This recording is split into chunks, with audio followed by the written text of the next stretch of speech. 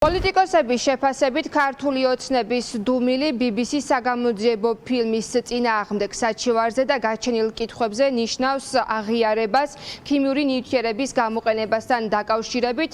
ამის დასტურად პოლიტიკოსებს მოჰყავთ რამდენიმე არგუმენტი. ერთ-ერთი უკავშირდება თავად ქართული ოცნების განცხადებას, რომელიც ჯერ კიდევ დეკემბრის დასაწყისში გააკეთეს, იმ დროს, როდესაც გამოქვეყნდა BBC-ს საგამოძიებო სკანდალური ფილმი.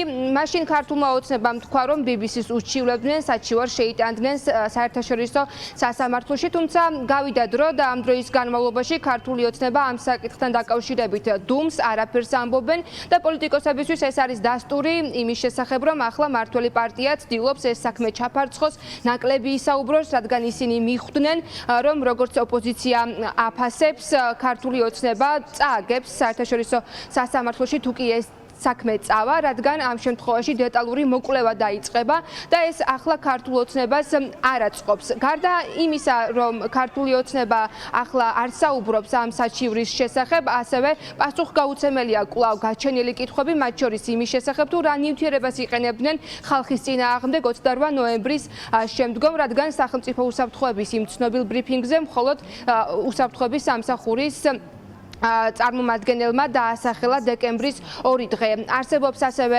კითხვები თავად გამოძიების მიმდინარეობასთან დაკავშირებით, რომელიც სუსმა ფაქტობრივად დასრულებულად გამოაცხადა, რადგან ოპოზიცია მიიჩნევს, რომ 6 დღის თუ 5 დღის განმავლობაში ამ საქმესთან დაკავშირებით სახელმწიფო უსაფრთხოების სამსახური ყველაფერს ვერ მოიკვლევდა.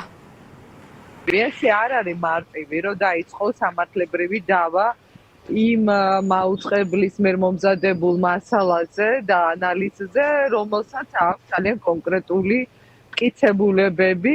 მე ვფიქრობ, რომ ეს ძალიან სარისკოთაც არის ქართული ოცნებისთვის აღქმული. მათ უფრო მეტად პიარულად ჭირდებათ ეს საკუთარ და მხარდამჭერებს უთხრან, რომ აი ჩვენ ამას არ ვეთანხმებით, ამაზე ვდაობთ, მაგრამ როგორ უნდა ედაოს ცილის წამებისთვის ალბათ. ხო, ეხლა ამ დრომდე რომ არ არის არც ერთი ნაბიჯი გადადგმული მათი მხრიდან. ეს მეტყველებს, რა თქმა უნდა, მათ პოზიციის სისუსტეს და მეორეს მხრივ კიდევ უფრო მძიმე არის ის, რომ გამოძიების ჩატარების ვალდებულება, რომელიც აკისრია სახელმწიფოს ამ დროს მოქალაქეების წინაშე, ამ ვალდებულებას არღვევს და ეს იქნება ცალკე დავის საფუძველი. პროპაგანდის შემადგენელი ნაწილი იყო სწორედ BBC-ს წინააღმდეგ საერთაშორისო დავის წარმოების დაანონსება. ჩვენ ხედავთ, რომ არანაირი ნაბიჯი ქართულ ოცნებას ამ მიმართულებით არ გადაუდგამს. თუ საერთაშორისო დონეზე იქნება დავა BBC-სთან, ბუნებრივია არავინ დაეყრდნობა სუსის მიერ ჩატარებულ 5 დღიან ეგრეთ წოდებულ გამოძიებას, იმ სამარცხვინო სპექტაკლს, რომლის მიზანიც არა სიმართლის დადგენა, არამედ სიმართლის დაფარვა იყო. ქართული ოცნება იყო მოუმზადებელი იმ დიდი საერთაშორისო სკანდალისთვის. BBC-ს წინააღმდეგ დავა გულისხმობს იმას, რომ უნდა რეალურად გამოვლინდეს თუ რითი დაგწამლეს ჩვენ სავარაუდოდ გასული წლის დეკემბერში.